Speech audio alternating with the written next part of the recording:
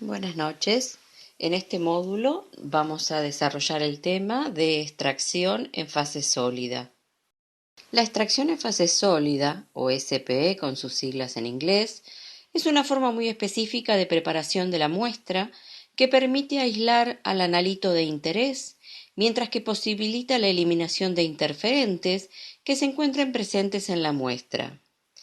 La era moderna de la extracción en fase sólida, que resultó en el crecimiento exponencial en aplicaciones de esta técnica hasta la actualidad, comenzó en 1977, cuando Waters Corporation introdujo comercialmente cartuchos columnas desechables conteniendo material sorbente de sílice previamente empacado.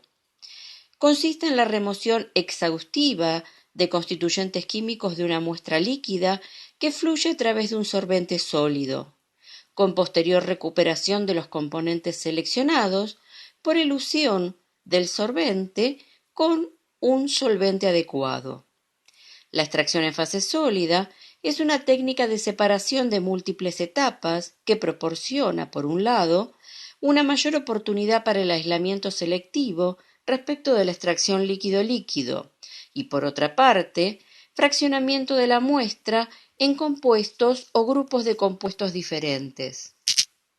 En su forma más simple, la extracción en fase sólida presenta una fase estacionaria típicamente empacada entre dos fritas y ubicada en una pequeña columna de plástico desechable o cartucho. Cuando hablamos de columna, eso nos hace recordar, y es más, es una jeringa de polipropileno de grado médico que se encuentra empacada con 0,1 a 10 gramos de sorbente, aunque veremos más adelante que existen otros formatos.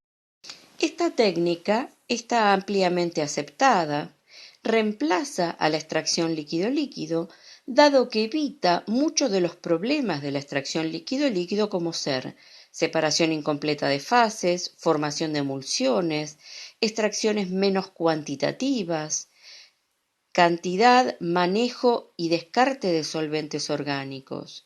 O sea, que permite alcanzar los objetivos de pretratamiento de muestra en una forma más económica, rápida y conveniente respecto de la extracción líquido-líquido. En el siguiente cuadro vemos en una encuesta que se realizó con distintas personas que trabajaban en laboratorios sobre qué técnicas de pretratamiento de muestra empleaban habitualmente, y vemos que después de etapas de pretratamiento de muestra como ser ajuste de pH, pesada, filtración, dilución, sonicación, centrifugación, vemos que ya se posiciona la extracción en fase sólida, donde más de un 40% de las personas encuestadas respondían que empleaban algún tipo de las distintas formas de extracción en fase sólida que vamos a ver durante el desarrollo de este módulo. Vamos a realizar una comparación entre extracción en fase sólida y extracción líquido-líquido. La extracción en fase sólida es una técnica importante utilizada en el pretratamiento de muestra y puede ser utilizada en una forma similar a la extracción líquido-líquido. Sin embargo, tiene un número de ventajas potenciales en comparación con la extracción líquido-líquido. Por ejemplo, aumenta la selectividad de la separación y la especificidad, permite realizar una extracción más completa del analito, debido a que en la extracción en fase sólida es a menudo un proceso de aislamiento más eficiente que la extracción líquido-líquido, es más fácil de obtener una mayor recuperación del analito. Los procedimientos de extracción líquido-líquido pueden requerir varias extracciones sucesivas para recuperar el 99% más del analito y a menudo pueden ser sustituidos por métodos de extracción en fase sólida en un solo paso. Por otro lado, también tenemos una separación más eficiente de los interferentes de los analitos. Es posible lograr una eliminación más completa de interferentes. Un extracto más limpio, debemos de recordar, que prolonga la vida útil de una columna cromatográfica y mejora los resultados cromatográficos. Tenemos una mayor reproducibilidad, y esto es debido en parte a que las fases estacionarias están previamente empacadas. Es una técnica simple y rápida. Elimina la formación de emulsiones, elimina la separación incompleta de fases, reduce el consumo de solventes considerablemente, y esto tiene que ver con un tema de costos y toxicidad para el medio ambiente. Y tenemos que también presenta una más fácil recolección de la fracción total del analito, dado que no hay separación de fases. Hay una menor exposición del analista a solventes tóxicos o inflamables. Presenta gran potencial de concentración, sobre todo fundamental en el proceso de enriquecimiento de trazas. Permite la remoción de material particulado, puesto que quedan atrapados en los cartuchos de extracción en fase sólida u otros dispositivos, no pasando a la fracción que contiene el analito. Es más conveniente para procedimientos manuales, más fácilmente automatizable, y la optimización de las condiciones se hace en base a los conocimientos cromatográficos.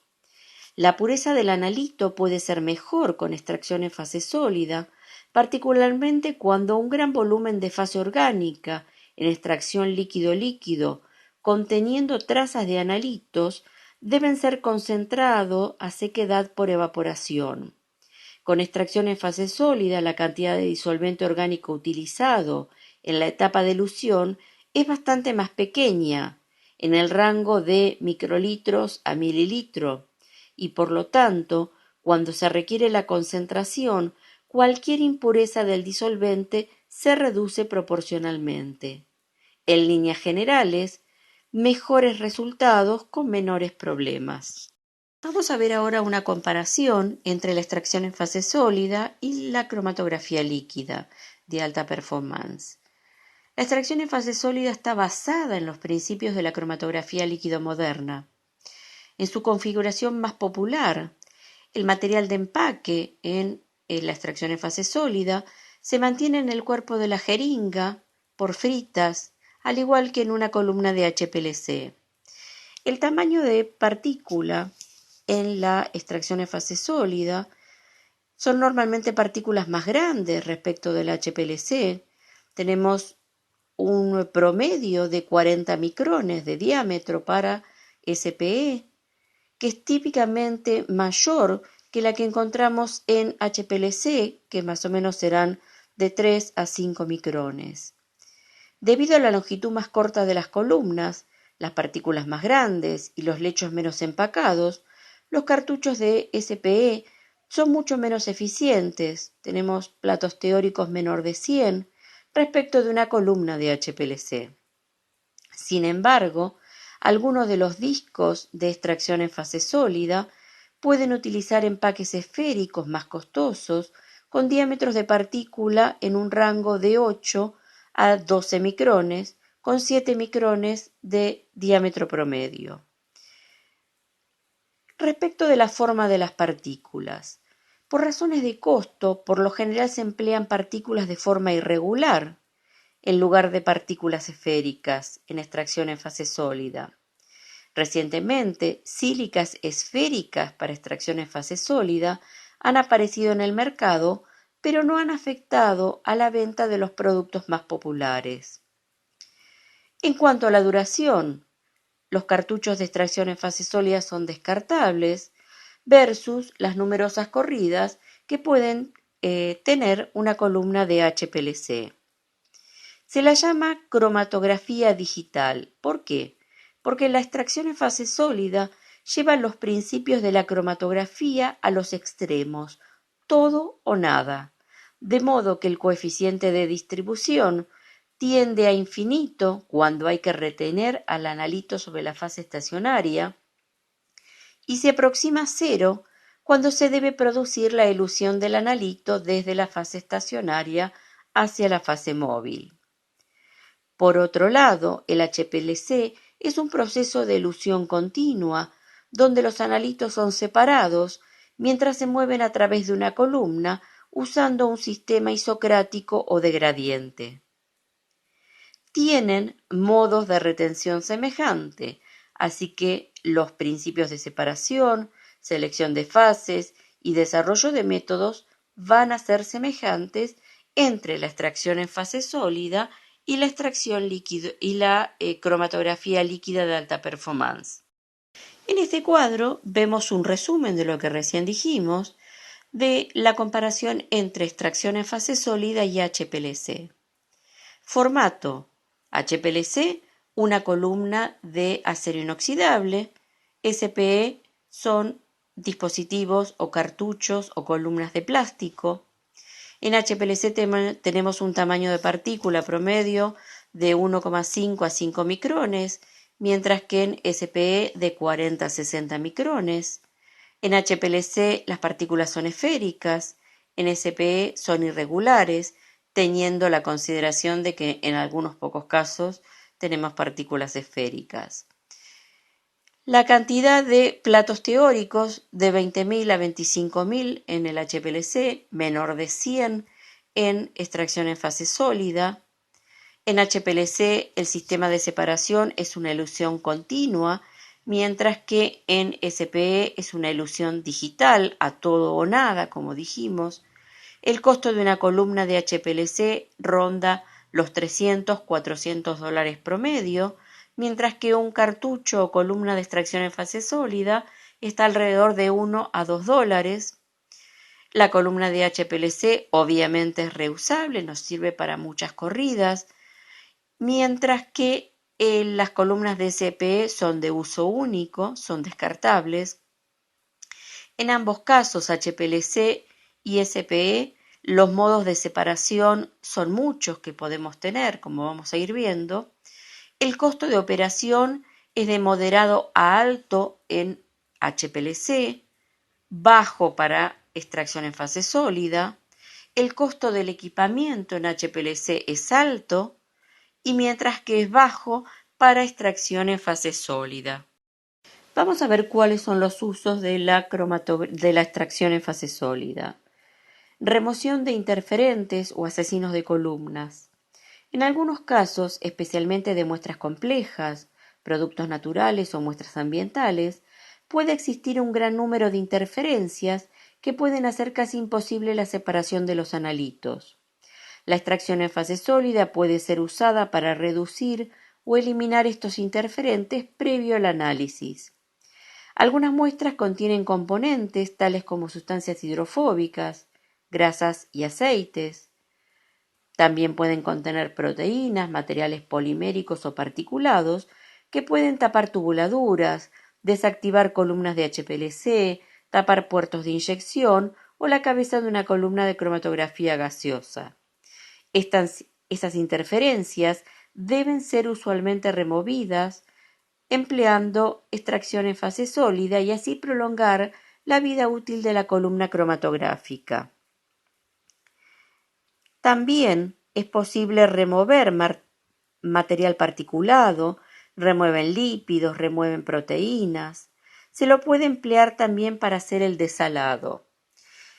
Una extracción en fase sólida en fase reversa, RP-SPE, puede ser usado para desalar muestras, particularmente muestras biológicas que pueden contener alta concentración de sales.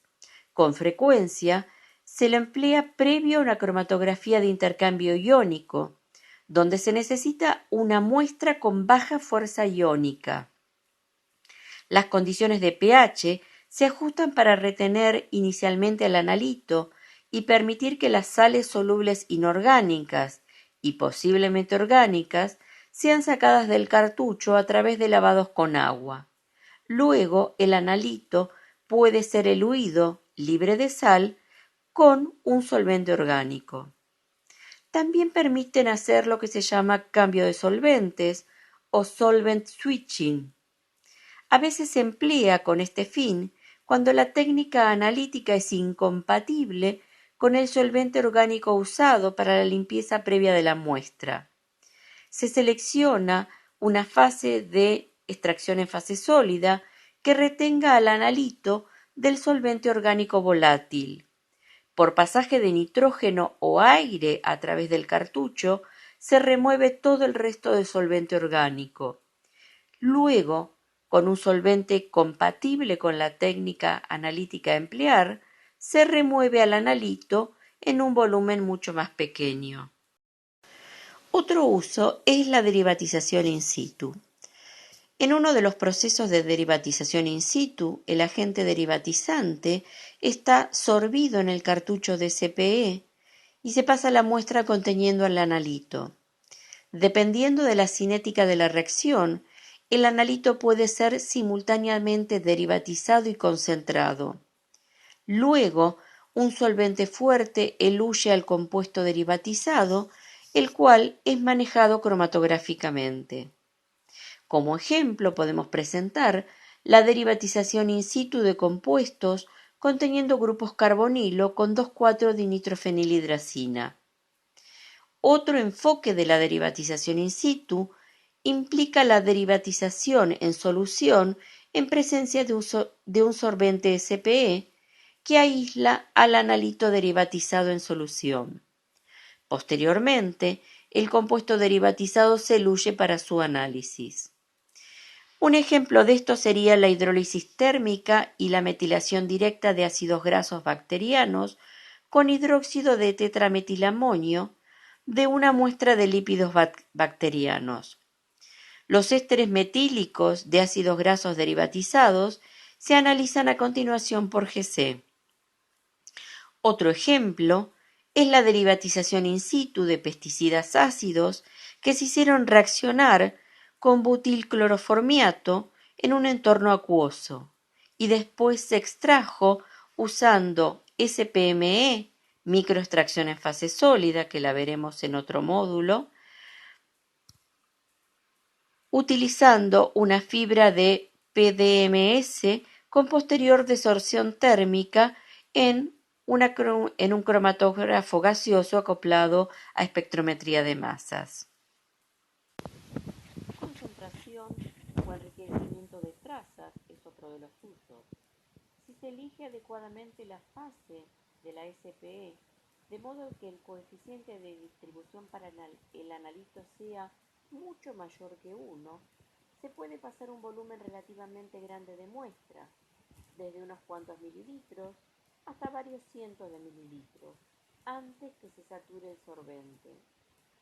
Un aumento en la concentración de analito se logra si además se puede eluir con un pequeño volumen de un solvente fuerte, donde nuestro coeficiente de distribución sea mucho menor que 1.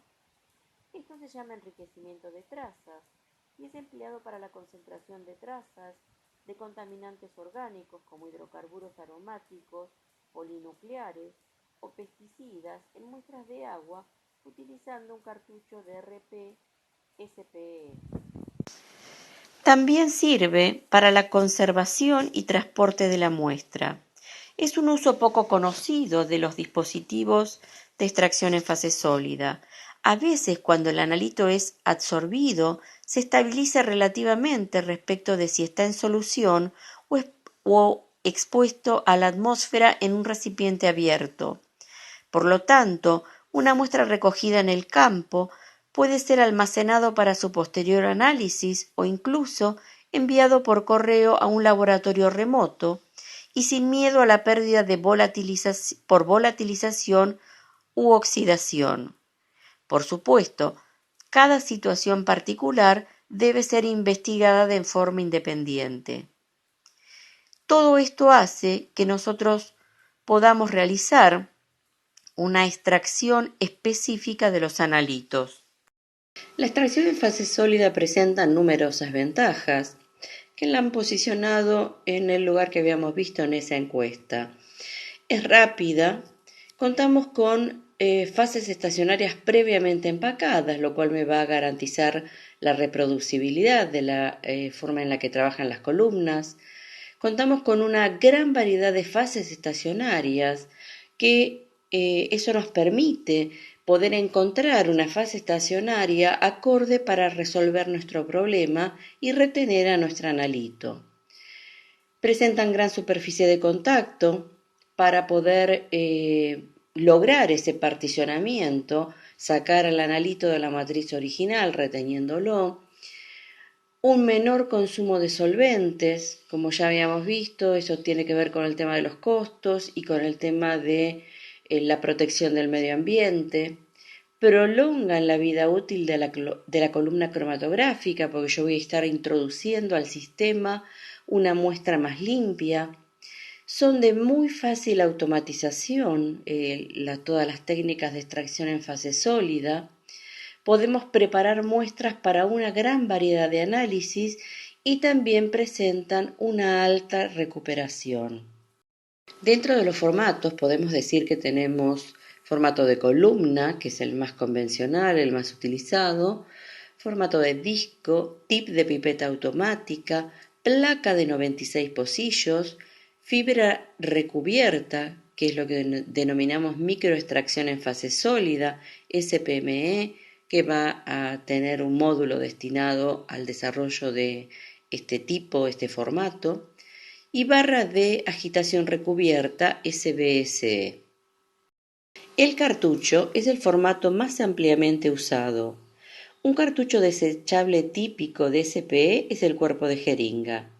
Es de polipropileno de grado médico para asegurar que no retenga ni aporte nada, con salida Luer, de modo de poder ajustar una aguja para dirigir lo que luye a un pequeño vial o recipiente. Para aplicaciones especiales donde se requiere un muy elevado grado de inercia, existen cuerpos de teflón o de vidrio de grado serológico.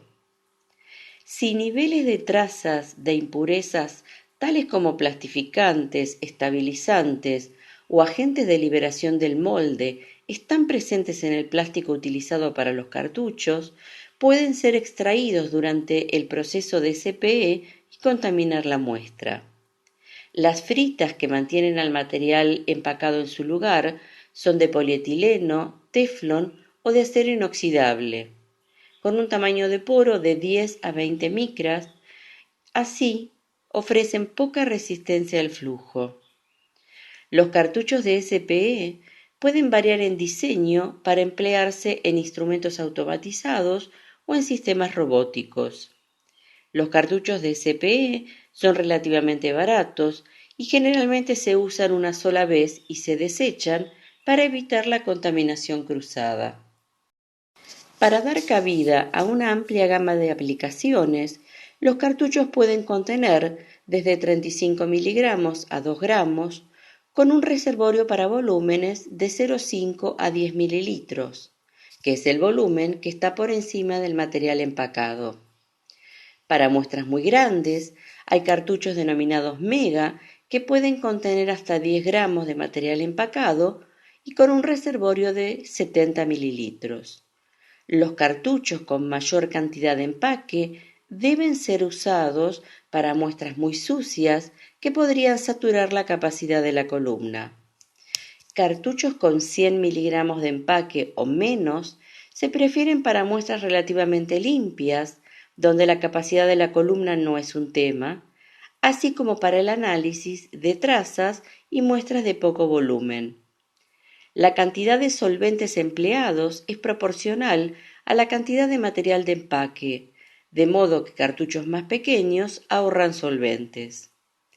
Debido a las mayores áreas superficiales de los empaques poliméricos, se necesitará menor cantidad de empaque respecto de las fases en base sílica.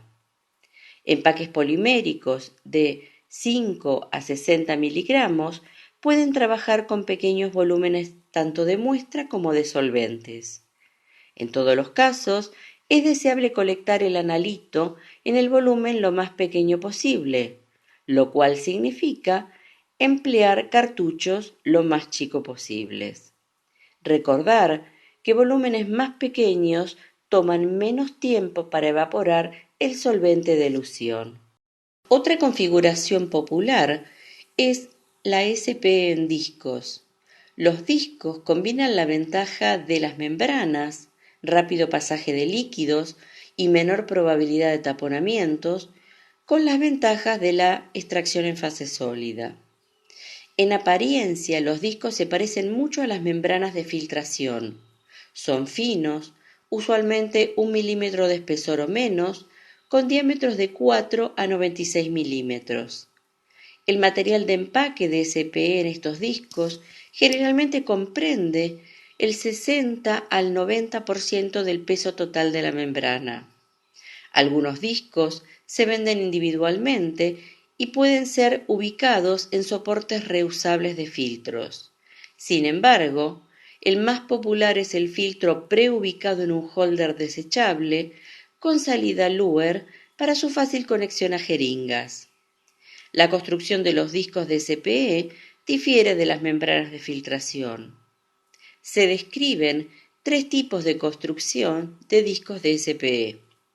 Una, el solvente está contenido entre los discos porosos, que son inertes con respecto al proceso de extracción con disolvente. 2. El solvente está inmerso en una red de teflón u otro polímero inerte. 3. El solvente es atrapado en un filtro de papel o de fibra de vidrio. Otro formato desarrollado es el tip de pipeta automática. Permite manejar cantidades de microlitros, por ejemplo, de muestras de fluidos biológicos. Se usan principalmente para la concentración-extracción selectiva, por afinidad o quelación de metales, de péptidos y proteínas. Permite el manejo de pequeños volúmenes de muestra, de 10 a 100 microlitros, y pequeñas cantidades de relleno, 0,25 a 2 miligramos, principalmente diseñados para aplicaciones en proteómica. Respecto de la microextracción en fase sólida, SPME, se le dedicará una de las clases de este curso. El otro formato, barra de agitación recubierta, Coated Stir Bar, SBSE, con sus siglas en inglés. El concepto de la barra recubierta es similar al de la microextracción en fase sólida, pero dado que aumenta mucho la superficie, permite mejorar la sensibilidad. La barra con un recubrimiento polimérico adsortivo se coloca en el medio líquido y se agita, y el particionamiento del analito y la matriz se lleva a cabo. Luego del equilibrio, la barra se remueve, se seca para eliminar trazas de agua y se transfiere a un dispositivo de desorción térmica donde el analito es introducido al cromatógrafo gaseoso. Para HPLC se requiere un proceso de desorción con solventes fuera de línea. Ambos dispositivos de fibra y barra de agitación recubierta son más populares en cromatografía de gases, donde la desorción térmica es más eficiente para la volatilización de analitos sorbidos hacia la fase gaseosa que la desorción con solventes hacia la fase líquida. En ambos dispositivos, analitos muy volátiles pueden perderse debido a la volatilización durante el proceso de transferencia. Placa de 96 pocillos. Son 96 columnas individuales contenidas en un solo bloque moldeado, y han permitido el procesamiento en paralelo de 96 muestras con estaciones de trabajo automatizadas robóticas. Se adaptan bien a cualquier sistema de manejo de líquidos. Si hablamos de material de empaque en base a sílica, cada una de esas columnas puede contener de 25 a 100 miligramos, mientras que si los empaques son poliméricos contendrán de 2 a 25 miligramos, siendo el volumen de columna de 0,5 a 1 mililitros. Los solventes presentan un amplio rango de estructura química superficial, tamaños de poro. Tenemos tamaños de poro de 60, 120, 300 Armstrong, tamaños de partículas variados, 10, 40, 100 micrones, soportes, sílica, alúmina, polímeros, carbón. Y tenemos que recordar que la especificidad va a estar dada por la adecuada selección del solvente, pero también aportan selectividad tanto las etapas de carga de muestra como la de lavado y como la de elución. Hay que tener muy en cuenta para lograr una adecuada especificidad las propiedades del analito, de los interferentes y de todo lo que es la matriz. La selección del sorbente adecuado va a depender en consecuencia de cuáles son las propiedades del analito, de las interferencias y de la matriz y de varios otros factores. Por eso decíamos que era tan importante en la primera clase conocer todo lo que se pueda del analito, en qué es soluble, cómo interacciona, si es sensible al pH y en lo posible conocer también cuál es el comportamiento químico de las interferencias y de la matriz. Una adecuada selección del sorbente en SPE es fundamental para la obtención de una conveniente recuperación de los compuestos. El sorbente debe ser capaz de sorber rápidamente y de manera reproducible cantidades definidas de los componentes de interés de la muestra. El éxito de SPE tiene dos requisitos fundamentales. 1. Se debe extraer un alto y reproducible porcentaje de los analitos. Y 2. Los materiales deben ser, a continuación, eluidos con facilidad y completamente del material particulado. La sorción debe ser un proceso reversible. Los sorbentes deben ser porosos, con grandes superficies, estar libres de impurezas lixiviables, exhibir estabilidad hacia la matriz de la muestra y los disolventes de elusión, y tienen que tener buena superficie de contacto con la solución de muestra. Obviamente, el conocimiento de la química y las características de los sorbentes más usados en SPE es importante para lograr extracciones exitosas. Los sorbentes presentan un área superficial muy importante, con un rango de 250 a 600 metros cuadrados por gramo. La mayor parte de esa superficie está contenida dentro de los poros, teniendo los poros un tamaño promedio de 60 a 70 Armstrong, y esto limita el acceso a macromoléculas mayores de 15 kilodalton. Si hablamos de empaques en base sílica, tenemos un tamaño de partícula promedio de 40 micrones, de forma irregular, que me garantizan un flujo rápido y menor probabilidad de taponamiento.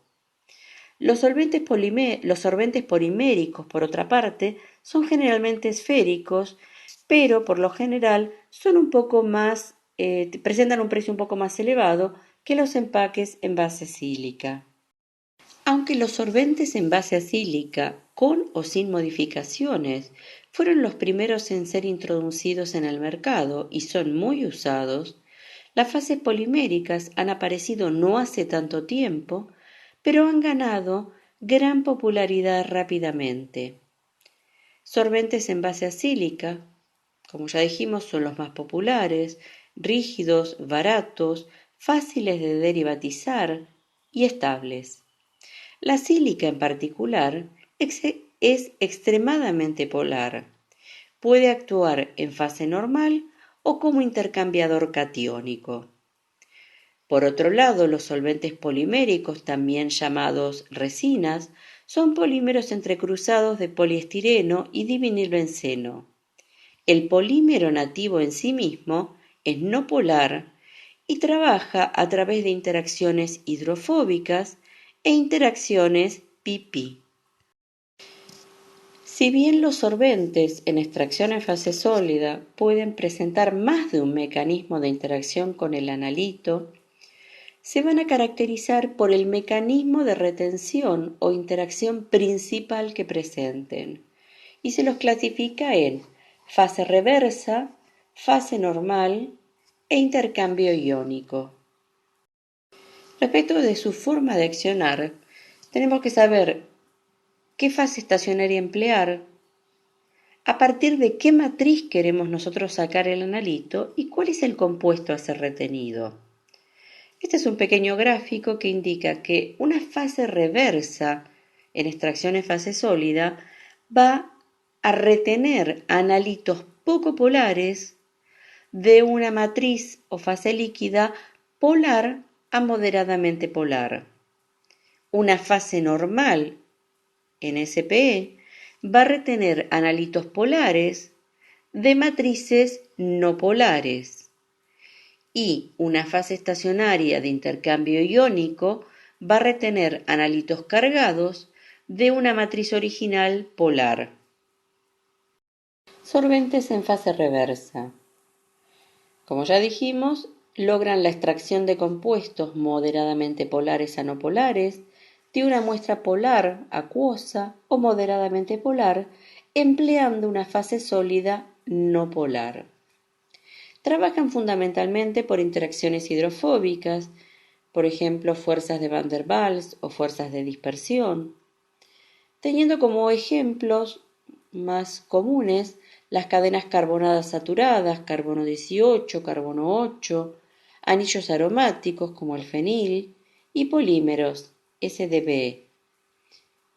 La fase más comúnmente empleada en fase reversa es la sílica C18. La extracción en fase sólida con fases más selectivas, por ejemplo, intercambio iónico o afinidad, a veces pueden ser una mejor opción que la extracción en fase sólida en fase reversa, RP-SPE, que distingue principalmente a los analitos de la matriz en términos de su hidrofobicidad relativa. En esta transparencia tenemos ejemplos de fases reversas en SPE, como ya dijimos, carbono 18, carbono 8, fenilo, también carbono 4. En esta otra presentación tenemos primero en la cabeza cómo se realiza la derivatización de los silanoles libres de nuestra partícula en base acílica con una molécula que presenta que le va a aportar una cadena de 18 átomos de carbono para hacer nuestra fase reversa más convencional, la RPC18. Y el dibujo que figura abajo es para que recordemos que todas estas cadenas, cuando nosotros hacemos las derivatizaciones, están en el interior del poro, ¿sí? La cadena de C18, la cadena C8, la cadena de 6, C4, C2, ciclohexil, fenil, pero están todos estos grupos funcionales que nosotros le hemos agregado a los silanoles, obviamente en forma individual, o es de carbono 18, o es de carbono 8, o es de carbono 6, o es de carbono 4, dentro del poro, ¿sí? Nuestra gran superficie de contacto está en el interior del poro de nuestras partículas. En esta podemos ver cómo son las interacciones entre analitos y sorbentes no polares en base sílica vía fuerzas de Van der Waals. Es importante recordar que los sorbentes en fase reversa presentan interacciones no específicas y en consecuencia hay que optimizar bien las condiciones de trabajo. Una de las causas de estas reacciones no específicas son los silanoles residuales. Son responsables de estas interacciones secundarias, dado que el silanol es un grupo polar. Entonces, o puedo optimizar las condiciones teniendo presente esa interacción polar, o puedo decidir bloquear esos silanoles libres mediante lo que se conoce como proceso de encapado. Se deja que los silanoles libres reaccionen con trimetilclorosilano para producir superficies más hidrofóbicas. La elusión de los sorbentes en fase reversa se realiza con solventes orgánicos como metanol, acetonitrilo, en combinación con agua, ácidos, bases u otros solventes o modificadores orgánicos, de modo de asegurarme una elusión completa de los analitos que habían sido retenidos originalmente sobre las fases estacionarias de fase reversa. Los sorbentes en fase normal se encargan de extraer compuestos polares a moderadamente polares de solventes orgánicos no polares con fases estacionarias polares. Las interacciones entre analito y sorbente son controladas por fuerzas polares fuertes. Tenemos que son fuerzas hidrofílicas, tipo puente de hidrógeno, dipolo-dipolo, dipolo-dipolo inducido, interacciones pi-pi. Los sorbentes polares más populares usados en fase normal SPE son sílica, alúmina, silicato de magnesio, y sorbentes donde la sílica ha reaccionado con grupos funcionales altamente polares para producir sorbentes base sílica modificados aminopropil, cianopropil y diol. Los sorbentes polares en SPE se emplean con frecuencia para remover interferencias de extractos orgánicos de plantas y tejidos animales. Los componentes hidrofílicos de la matriz son retenidos por el solvente polar, mientras que los analitos son eluidos del sorbente sin interaccionar. El solvente de elusión característico es un solvente orgánico polar, metanol o isopropanol, en combinación con solventes orgánicos no polares. Se darán cuenta que yo he nombrado como solvente de elusión, para poder eluir al analito retenido de una fase reversa, nombré al metanol, y ahora vuelvo a nombrar al metanol. Metanol tiene una característica muy particular, y es que es un excelente solvente de elusión para quitar al analito de su interacción con la fase estacionaria, tanto de la fase normal como para sorbentes de fase reversa. Aquí tenemos la representación de una partícula de sílica no derivatizada, donde vemos cómo en el interior del poro tenemos todos nuestros restos silanoles con sus hidroxilos orientados hacia el interior del poro, que es lo que va a dar esa gran superficie de contacto y esa gran polaridad de la partícula de sílica no derivatizada. Aquí podemos apreciar las interacciones entre analito y sorbente polar vía atracción dipolar o puente de hidrógeno, en el caso de una sílica modificada con grupo cianopropil, una sílica sin derivatizar, en el caso B, y en el caso C, una sílica modificada con grupos dioles. También es de hacer notar que los sorbentes en fase normal presentan interacciones no específicas, que deben ser tenidas en cuenta al momento de optimizar las condiciones. Los restos ciano, amino, diol tienen pequeñas cadenas alquílicas y eso es lo que va a dar interacciones secundarias porque va a estar aportando cierta hidrofobicidad a nuestra fase estacionaria. Entonces, esto debe ser muy tenido en cuenta en el momento de crear nuestro método utilizando un sorbente en fase normal. Sorbentes de intercambio iónico. ¿Qué es lo que hacen? Extraen compuestos cargados de muestras acuosas u orgánicas de baja fuerza iónica. Por un lado tenemos intercambiadores catiónicos fuertes si el grupo funcional que tienen es un sulfónico, o débiles si el grupo funcional en cuestión es un carboxílico. Y por el otro lado tenemos intercambiadores aniónicos, que pueden ser fuertes si nuestro grupo funcional es una amina cuaternaria, o débiles si nuestro grupo funcional son aminas primarias o secundarias. Las interacciones por las cuales trabaja este sorbente son interacciones electrostáticas.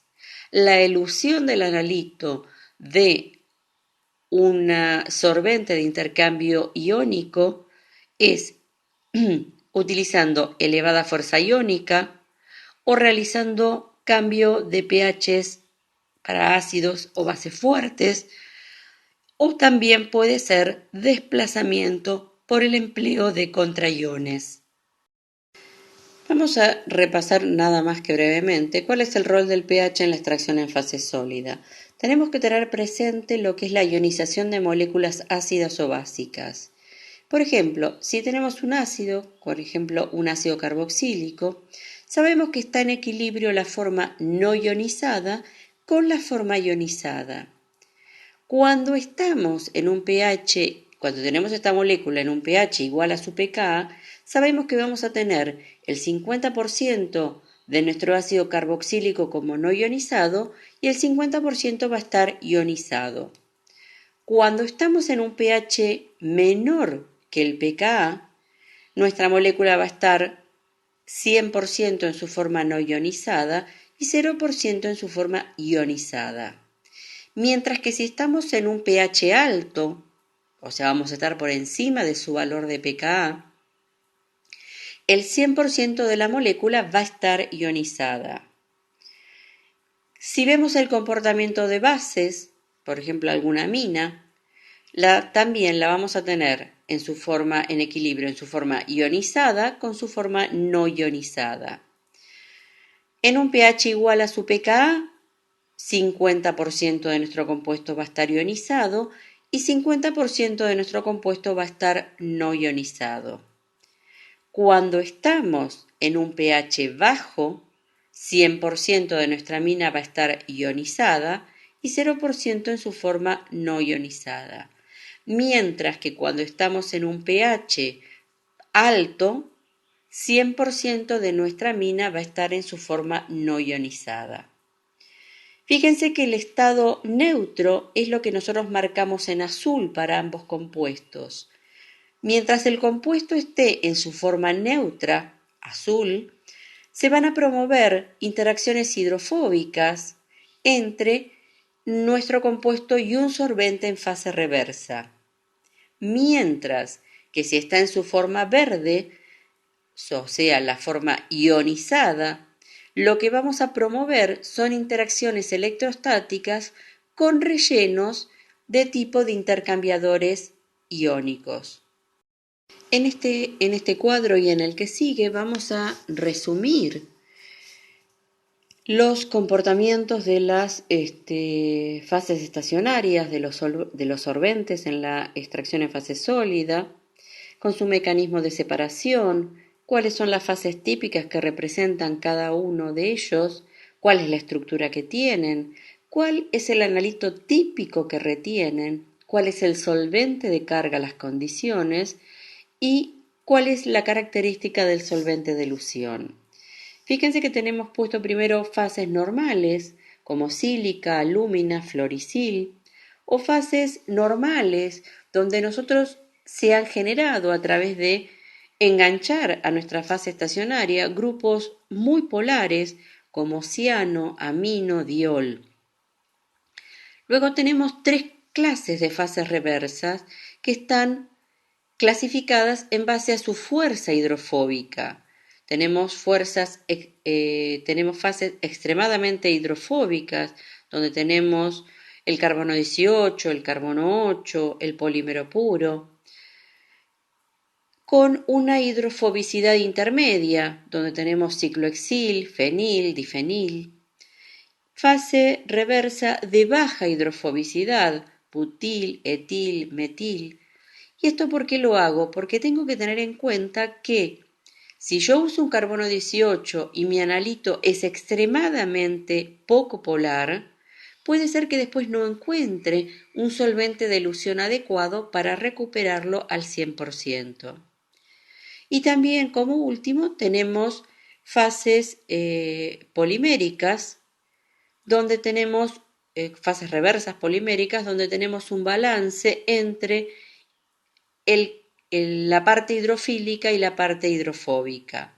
O sea, para la selección del solvente vamos a usar los mismos conocimientos que usamos para seleccionar una columna para usar en un HPLC. En esta segunda parte del cuadro tenemos los intercambiadores iónicos, intercambiador aniónico débil, donde nuestra fase de enganche es una amina primaria o secundaria, intercambiador aniónico fuerte, donde nuestro compuesto anclado es la aminas cuaternarias, un intercambiador catiónico débil, es aquel que tiene grupos carboxílicos, como ya dijimos, y un intercambiador catiónico fuerte es aquel que tiene grupos sulfónicos. Tenemos la estructura que tiene nuestro grupo funcional, que va a servir para anclar al analito. ¿Qué tipo de analito voy a retener en cada caso? ¿Y cuál tendrá que ser el solvente de carga en el cual el analito va? Supongamos que estamos trabajando con son moléculas acídicas. El solvente de carga va a tener que ser agua o buffer a un pH igual a su pK más 2 unidades. ¿Para qué? Para asegurarnos que nuestro analito esté completamente cargado. Mientras que para este caso el solvente de elusión deberá ser un buffer de pH igual a pK menos 2 unidades para asegurarme que todo el analito esté en su forma neutra. Otra forma de eluirlo, bueno, un pH, una solución con un valor de pH, donde el sorbente o el analito se encuentran en su forma neutra y así yo ya elimino las interacciones electrostáticas que los mantenían unidos. O bien puedo emplear un buffer con alta fuerza iónica. Y fíjense que lo mismo va sucediendo para el intercambiador aniónico fuerte, para el intercambiador catiónico débil y para el intercambiador catiónico fuerte. Yo tengo distintas formas de utilizar la extracción en fase sólida. Puedo hacerla trabajar como extracción selectiva. Antes que nada vamos a decir, el dibujito en rojo es mi analito, o sea, la sustancia objeto de mi análisis, mientras que los dibujitos con relleno blanco son las interferencias, son las impurezas. Puedo hacer trabajar a mi sorbente realizando una extracción selectiva. Pasa la muestra, los interferentes son retenidos y los analitos pasan sin interaccionar. Eso es lo que se llama extracción selectiva. En este caso, la extracción en fase sólida trabaja limpiando, pero no hace la etapa de preconcentración. Otra forma de trabajar es el lavado selectivo. Elijo un sorbente, tanto impureza como analito se retienen, y eligiendo bien el solvente de lavado, yo puedo retirar de el sorbente a la interferencia sin tocar la interacción del analito con la fase estacionaria. Una vez que he retirado mediante este lavado selectivo a mi interferencia, busco un solvente de elusión que remueva la interacción del analito con el sorbente. Aquí yo cumplo las dos premisas, la de limpieza y la de preconcentración. Otra forma de trabajo de la SPE es la elusión selectiva. Estoy en el mismo caso que antes, tanto analito como interferencia han sido retenidas por el sorbente y busco un solvente de elusión tal que remueva al analito de su interacción con la fase estacionaria, pero no remueva la interferencia. ¿Sí? Entonces estoy haciendo una elusión selectiva. Aquí también cumplo dos de las premisas de la extracción en fase sólida. No solo realizo la limpieza, sino que también realizo la concentración del analito. ¿Por qué? Porque he pasado una cantidad de muestra importante y también juego con que eluyo en poco volumen. Sobre todo y fundamentalmente, esta forma donde hay interferencias que quedan interaccionando con la fase estacionaria es lo que a mí me lleva a decir que las columnas de extracción en fase sólida no son reusables, sino que se tiran. ¿Por qué?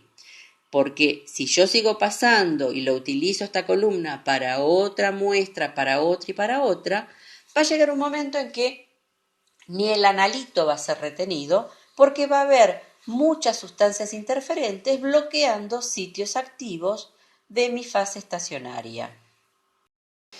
Acá tenemos otra forma de ver las estrategias en extracción en fase sólida. Una es eluir el compuesto purificado de interés y retener las interferencias, que era lo que habíamos visto que era la extracción selectiva. Yo retengo las interferencias pero no al analito. Podría ser elusión de interferencias, retención del compuesto, donde esto verdaderamente sería lo ideal, donde yo encontrara una fase estacionaria en SPE que retuviera solamente y selectivamente al analito y no interaccionara con ninguna de las interferencias, o sea que las interferencias pasaran de largo sin ser retenidas. Pero como esto no ocurre en general, excepto que yo utilice fases en SPE muy selectivas y muy especiales, en general sobre un carbono 18, un carbono 8, se retienen también interferencias porque la selección es en base a la hidrofobicidad. Y entonces es donde yo tengo que instaurar las etapas de lavado para hacer lavados selectivos e ir tratando de sacar las interferencias. Y después tenemos la etapa donde nuestro compuesto tiene un coeficiente de distribución muy grande para el analito, que eso yo lo voy a utilizar cuando estoy haciendo enriquecimiento de trazas. Vamos a ver ahora cómo son las formas de trabajar en SPE. Yo tengo 4 etapas que son fundamentales: preacondicionamiento, carga de la muestra, lavado y elusión del compuesto de interés. Aquí nos encontramos con las 4 etapas que en líneas generales están mostradas en esta transparencia. Fíjense, el analito en la simbología es el que tiene el centrito blanco, mientras que las interferencias tienen todas centritos oscuros. Yo voy a realizar una etapa de acondicionamiento de mi columna. Voy a ponerla, valga la redundancia, en condiciones para poder trabajar reteniendo al analito. Cuando realizo la carga de la muestra, algunas de las interferencias, fíjense en la gota inferior, salen sin interaccionar con el material de relleno. Sin embargo, como no estamos en el caso ideal, algunas de las interferencias, centrito oscuro, han sido retenidas. Y es por eso que yo realizo etapas de lavado donde intento lavar a las interferencias. Algunas las puedo lograr, sin embargo todavía hay algunas que no he podido movilizar. Y por eso en la etapa de elusión también aporta selectividad, porque eligiendo adecuadamente el solvente de elusión, yo puedo remover al analito de la interacción con la fase estacionaria y dejar en la fase estacionaria retenidas algunas impurezas. Etapa de acondicionamiento. El empaque es acondicionado por el pasaje de unos pocos volúmenes de columna de un solvente tipo metanol o acetonitrilo a través de esa columna. ¿Cuáles son los objetivos? Remover cualquier impureza que pudiese tener la columna por el proceso de fabricación y, por otro lado, permitir la solvatación del sorbente. La solvatación es importante en empaques de fase reversa en base sílica, especialmente C8, C18, fenil. En casos donde se han secado esos empaques, se observa una notable disminución en su capacidad de retención de analitos hidrofóbicos, afectando esto considerablemente la reproducibilidad. Tema que no nos podemos permitir, ¿sí? Esto es cierto para estos empaques. Sin embargo, existen algunos empaques poliméricos que tienen un adecuado balance hidrofílico-hidrofóbico que permiten mantener su reproducibilidad a pesar de secarse. Eso lo vamos a ver más adelante. Luego se emplea un segundo solvente de acondicionamiento, también llamado solvente de equilibrio. que su función va a ser remover el exceso del primer solvente acondicionador.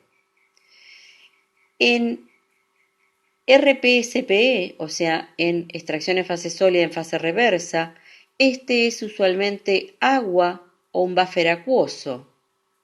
El objetivo es que la columna esté en condiciones de equilibrio previo a la introducción de la muestra, o sea, que crea la condición adecuada para la retención del analito.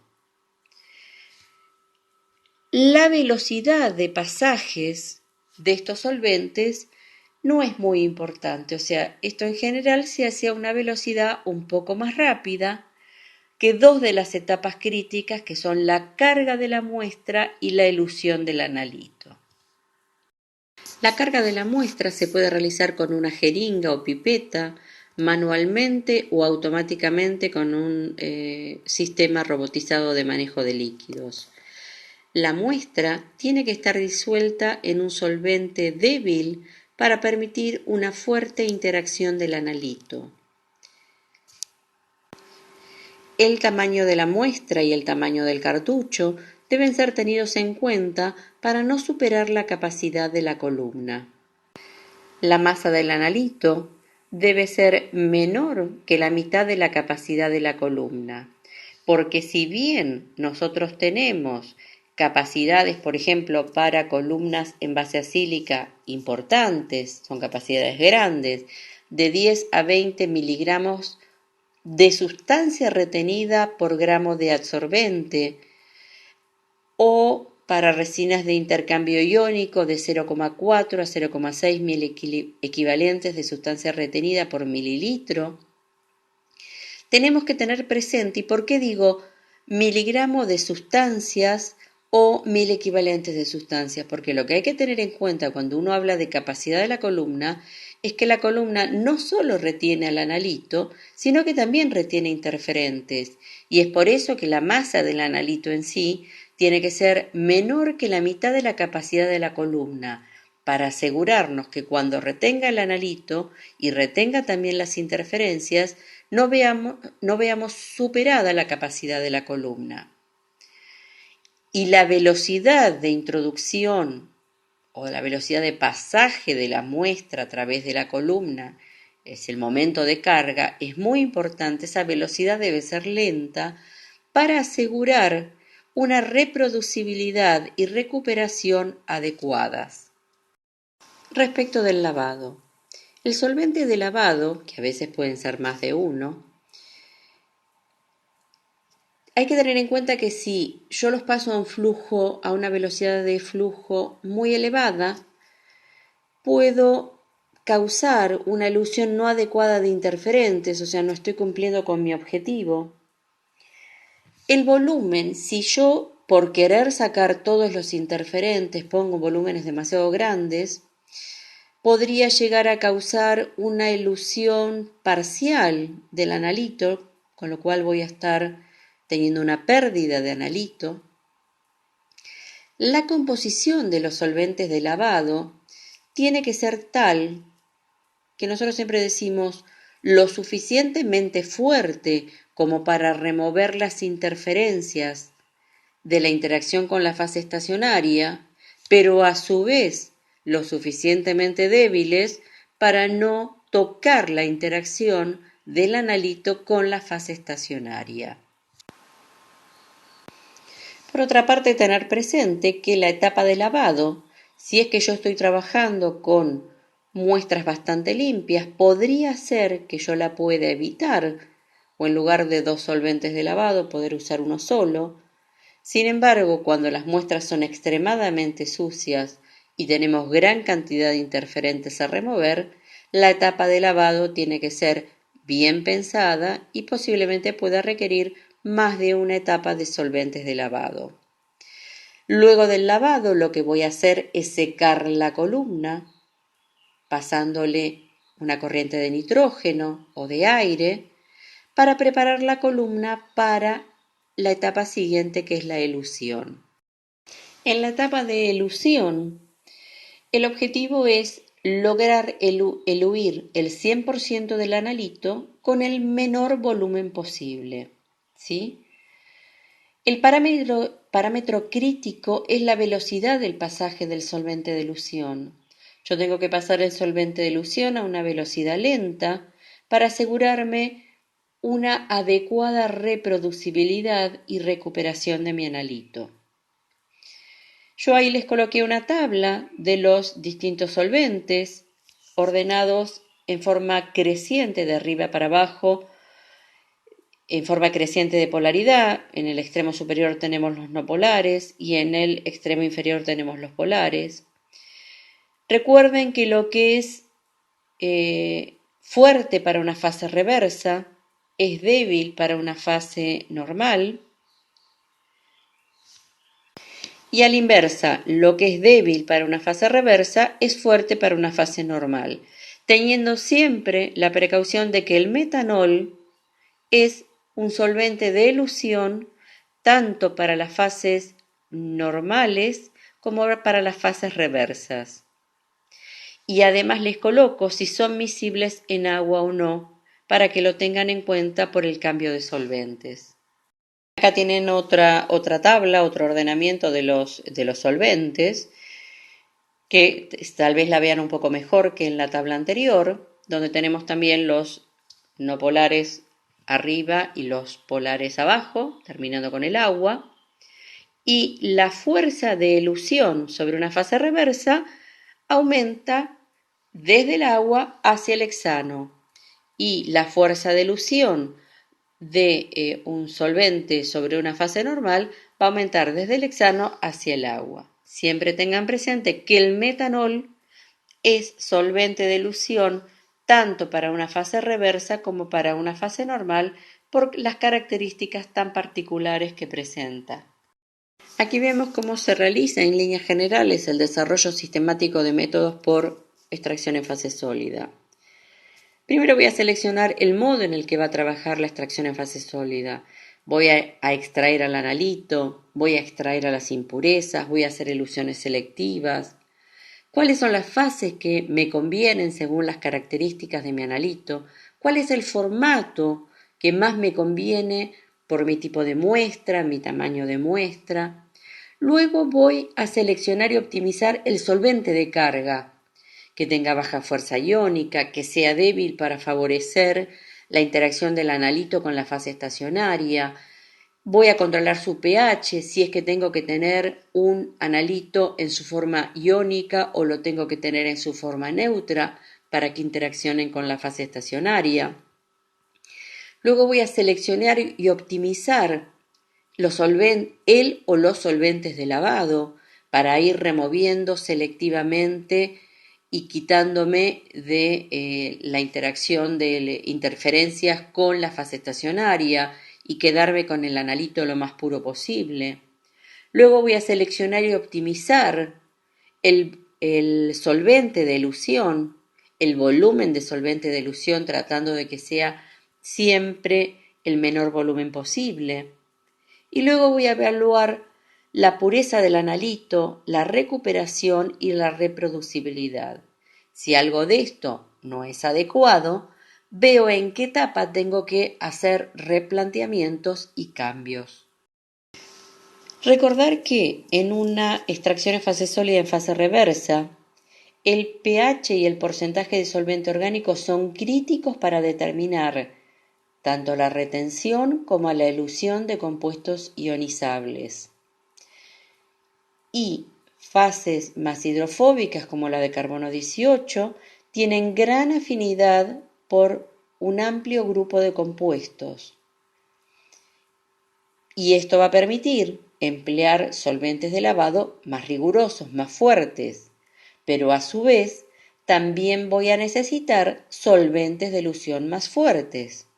Y a veces tal vez me convenga emplear fases menos hidrofóbicas, como por ejemplo un ciano, que requieren solventes de lavado más débiles y también solventes de elusión más débiles para remover al analito de la interacción con la fase estacionaria. Aquí hay una tabla, un cuadro, donde vemos cómo vamos decidiendo si me conviene formato de columna o formato de disco, y qué tamaño de cada una de ellas. Por ejemplo, si yo voy a utilizar una columna y tengo un volumen de muestra de menos de 1 mililitro, voy a utilizar una columna de 1 mililitro. Cuando tengo de 1 a 250 mililitros y la velocidad de extracción no es crítica, voy a usar uno de 3 mililitros.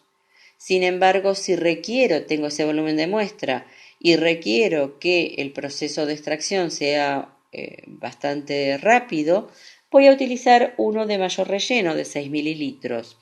Y así voy eligiendo. Después, cuando estoy en el formato de disco, si tengo una muestra con un volumen de 100 mililitros a 1 litro, puedo usar tranquilamente un disco de 47 milímetros de diámetro, mientras que si tengo que pasar muestras de un volumen mayor de 1 litro, lo más conveniente va a ser utilizar discos de 90 milímetros de diámetro. Vamos a ver ahora cómo se realiza el pasaje de los distintos líquidos, muestras, solventes, a través de una columna. Puede ser por presión positiva, por vacío o por centrifugación, como vamos a ver en la transparencia que sigue. Presión positiva, yo puedo hacerla en forma manual con una jeringa, con una cámara de aire. Utilizo un adaptador universal y a través de presionar esa cámara de aire yo voy forzando a que los distintos líquidos pasen a través de la columna. O bien puedo conectar mi adaptador universal a una línea de aire o nitrógeno que lo que hagan es forzar a que los líquidos pasen a través de la columna. Siempre tener presente que cuando yo no utilizo esos empaques que permiten que las columnas se sequen, voy a tener que cortar antes de que el último milímetro de líquido se introduzca en la columna para poder colocar el líquido que sigue, ¿sí? Yo tengo que evitar que la columna se seque en la mayor parte de los empaques. Otro sistema es el de vacío. Yo lo coloco, mi columna, a un adaptador, yo hago vacío y de esa forma fuerzo a que los líquidos fluyan a través de la columna. Aquí vemos cómo es la tercera de las formas de pasaje de fluidos a través de la columna, que es por centrifugación.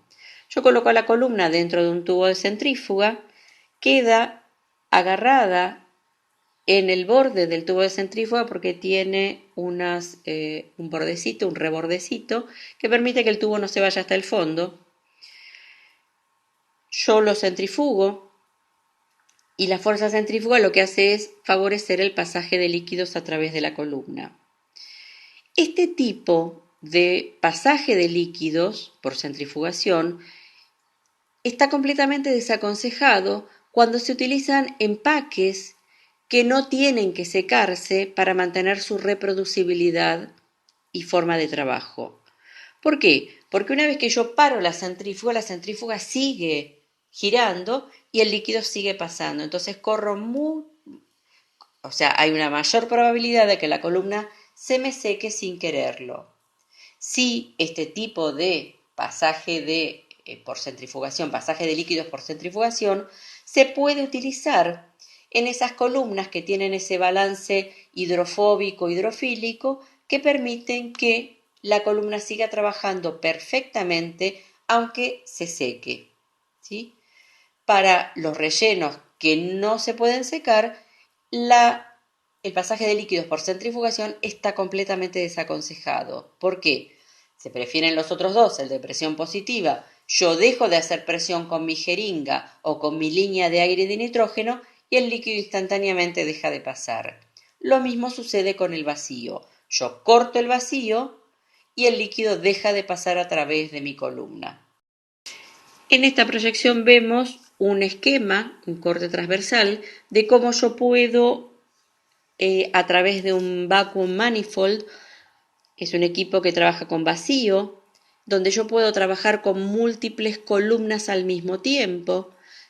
Coloco mi columna, tengo un adaptador y dentro de la cámara tengo una gradilla donde yo voy colocando los tubos tanto para recoger los solventes de carga, de elusión, de lavado, de elusión, o sea, cambiando el tubo. Yo coloco el tubo donde voy a recoger mi analito, conectado a una bomba de vacío, donde yo, regulando la fuerza del vacío, voy a controlar la velocidad de pasaje del líquido. Esta es una fotografía de un equipo donde vemos que el enganche de la columna a todo este vacuum manifold tiene unas llavecitas, con lo cual yo puedo, si es de 12 posiciones y voy a trabajar con 6, cierro las otras posiciones, cierro mientras estoy cargando mi solvente de lavado, de elusión. Tenemos una cámara, es una cámara de vidrio de bastante resistencia. El manómetro que me va a indicar el vacío que yo estoy haciendo, así indirectamente estoy regulando la velocidad de pasaje de los líquidos a través de mi columna. Y adentro tengo un rack graduado que me permite posicionar los tubos de los tamaños que yo quiero a elección. Aquí simplemente en esta vemos otro tipo de otras compañías de estos dispositivos para poder procesar de a varias columnas al mismo tiempo, empleando para el pasaje de los líquidos vacío. Aquí lo que vemos es este sistema de manifold cuando nuestro formato, el formato elegido, es el de la placa de 96 pocillos, ¿sí? En esta vemos, ya no solamente en un gráfico, sino directamente con una placa de 96 pocillos de Strata, donde tenemos nuestro bloque con las 96 columnas.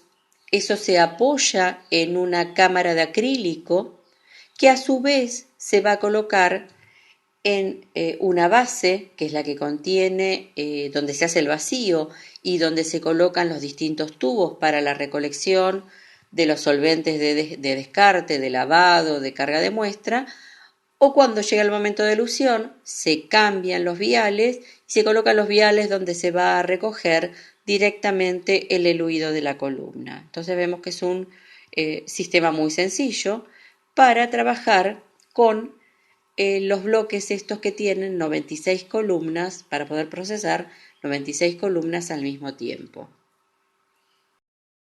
En este esquema vemos el principio de la extracción, donde es la forma en la que tenemos que ir pensando para seleccionar nuestro tipo de sorbente, cómo vamos a trabajar. Lo primero que tenemos que ver es que si nuestra muestra es una solución acuosa o una solución orgánica. Si es acuosa, si nuestro compuesto es iónico, vamos a pensar en un relleno que sea un intercambiador, que tendremos que ver si es catiónico o si es aniónico. Y dependiendo de la naturaleza de nuestro analito, veremos si utilizamos un intercambiador aniónico débil o fuerte o un intercambiador catiónico débil o fuerte. Si los compuestos en la fase acuosa son neutros, vamos a pensar en utilizar una fase reversa. Mientras que si nuestra muestra es una solución orgánica, si es de baja polaridad, pensaremos en utilizar una extracción en fase normal. Y si es de alta polaridad, pensaremos en utilizar ver si nuestro analito está ionizado o si es neutro, y en consecuencia vamos a elegir la fase que nos corresponda. Fíjense, este es el árbol de decisión, también aportado por otra compañía, normalmente las compañías tienen bastante información en cuanto a qué mecanismo de extracción me está conviniendo. Por ejemplo, acá si la matriz es acuosa, me están recomendando una fase reversa o de intercambio iónico. Si mi matriz es orgánica, miscible con el agua, puedo adicionar agua y seguir con una extracción en fase reversa o intercambio iónico. Si es orgánica miscible con agua y lo que a mí me interesa retener son las especies iónicas, voy a ir directamente a un intercambiador iónico. Y si es orgánica miscible con agua, puedo adicionar hexano y seguir con una fase normal. Y si la muestra originariamente era orgánica no miscible con el agua, voy a ir directamente a utilizar una fase normal. Aquí volvemos a recordar con este diagrama que el 90% del área de intercambio está dentro de los poros. Entonces la fase móvil tiene que tener acceso al interior del poro, porque si el poro está seco, el analito no puede entrar, no puede interaccionar con la fase estacionaria para quedar retenido. De ahí la importancia de la etapa de acondicionamiento de nuestro sorbente para poder interaccionar con el analito. Para ponerlo a modo de resumen y gráficamente, si un poro está adecuadamente humectado y yo tengo una fase estacionaria no polar, por ejemplo una partícula C18 en base acílica, y pasa a través de ella una fase móvil acuosa polar, conteniendo analitos no polares y analitos polares, los analitos polares van a pasar sin interaccionar, mientras que el analito polar va a poder quedarse retenido en la fase estacionaria no polar. En el mismo caso anterior, donde tenemos una fase no polar de C18 sílica, pero por algún motivo se me secó la columna, se produce lo que se llama un colapso hidrofóbico, donde los poros están secos, están contraídos, el analito no polar no puede interaccionar, no puede entrar al poro para interaccionar con los sitios activos que lo van a retener y pasa, se luye, sale de la columna sin quedar retenido, donde no hay captura, no se está cumpliendo con nuestro objetivo de retener al analito. Si viéramos este comportamiento en una cromatografía líquida, la línea azul me está indicando cuál es el comportamiento de la amoxicilina cuando nuestro material de empaque de la columna cromatográfica está perfectamente solvatado y utilizando una fase acuosa de 0,1% de ácido acético, vemos que la amoxicilina se mueve a través de la columna y eluye en un tiempo determinado, o sea, está interaccionando adecuadamente con el material de empaque de la columna cromatográfica. En cambio, si yo la columna la seco e introduzco la amoxicilina, va a salir sin ser retenida inmediatamente. O sea, esto me está marcando que si las partículas no están solvatadas, no van a permitir la interacción con la amoxicilina y va a salir inmediatamente de la columna. Esto es lo que sucede cuando una C18 en base acílica, durante la etapa de acondicionamiento, carga de muestra y lavado, los poros están solvatados. Recordar que el interior del poro en una C18 es una superficie hidrofóbica. Entonces, va a estar solvatada. Pero si yo mantengo una corriente de líquido y no permito que se seque, vamos a estar en la condición de la izquierda.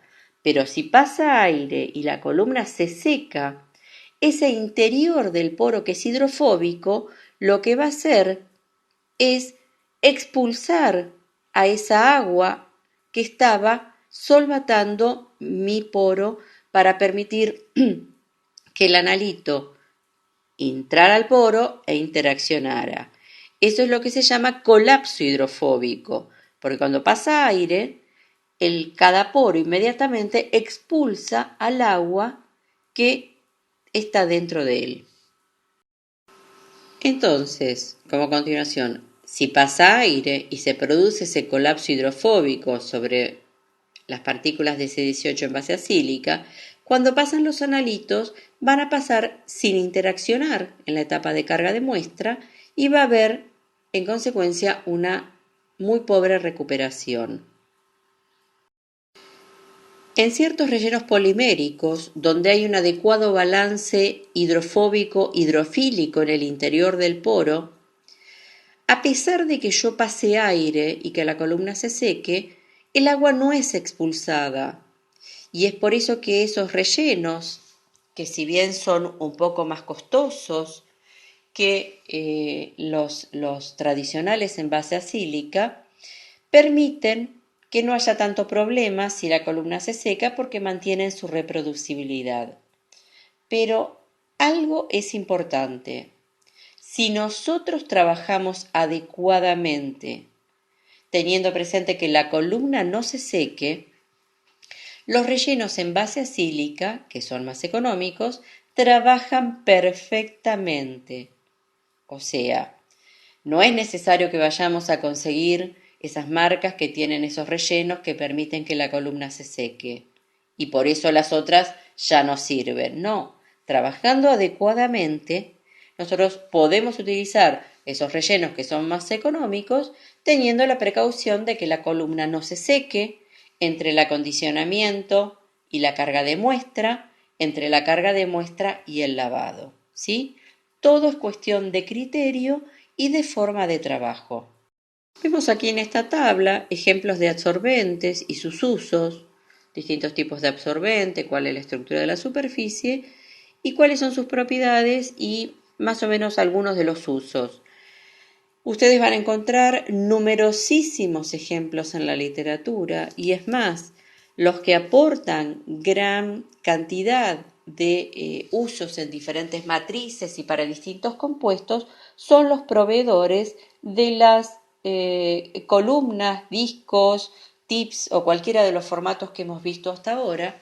Entonces yo los invito a que vayan a las páginas de las compañías y puedan bucear en las distintas aplicaciones que ellos presentan para poder ver cuál es la que más se adapta o qué hay para el compuesto que ustedes quieren retener.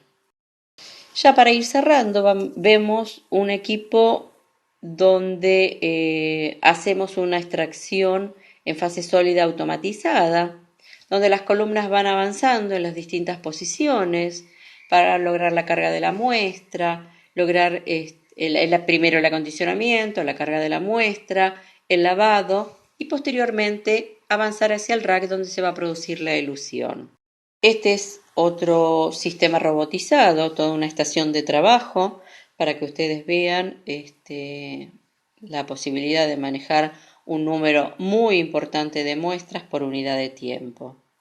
Lo que vemos aquí es la primera parte de un diagrama de cómo trabajan estos equipos, donde estando en una determinada posición, el rack de mis columnas, yo voy a hacer la etapa de acondicionamiento, donde los líquidos van al descarte, de carga de muestra, donde si lo que me interesa retener es el analito, el resto de la muestra va al descarte también, donde están los solventes de lavado, donde yo estoy removiendo interferencias que van al descarte, y luego, cuando considero que la columna ya está adecuadamente lavada, mueven la gradilla con las columnas hacia un rack donde están los viales para recoger el eluido.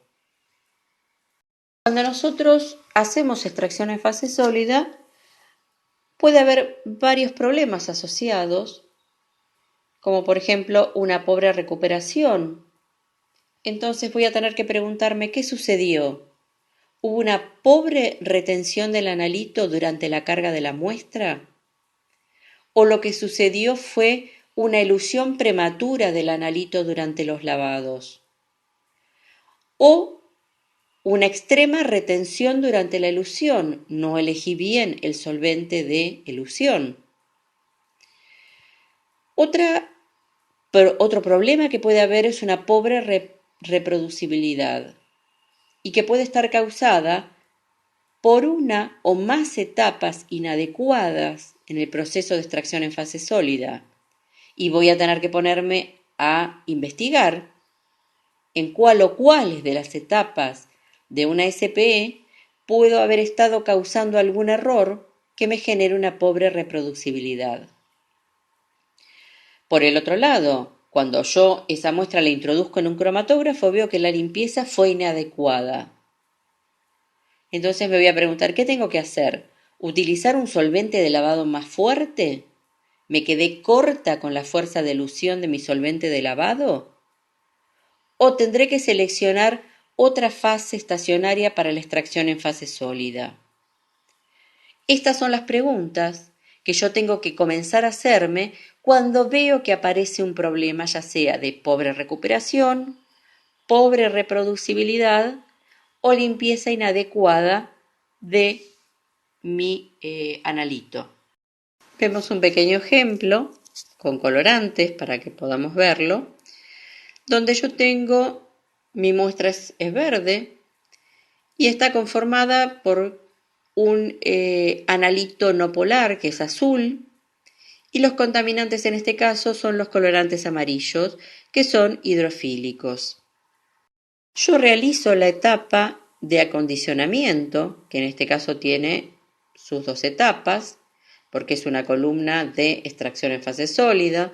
Tengo el primer solvente de acondicionamiento, acetonitrilometanol, y el segundo solvente de acondicionamiento o de equilibrio, que puede ser agua o buffer.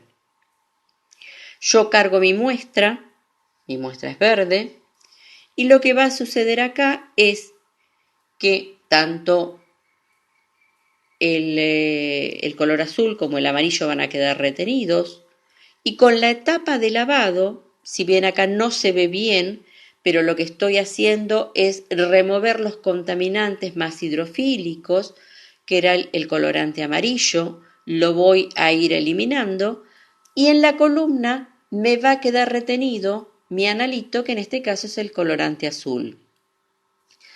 Y de último, en la etapa de elusión, si el solvente de elusión está adecuadamente elegido, todo mi analito, o sea mi colorante azul, va a eluir de la columna de extracción en fase sólida. Bueno, quedamos abiertos a las preguntas que quieran hacer sobre extracción en fase sólida. Gracias por su atención.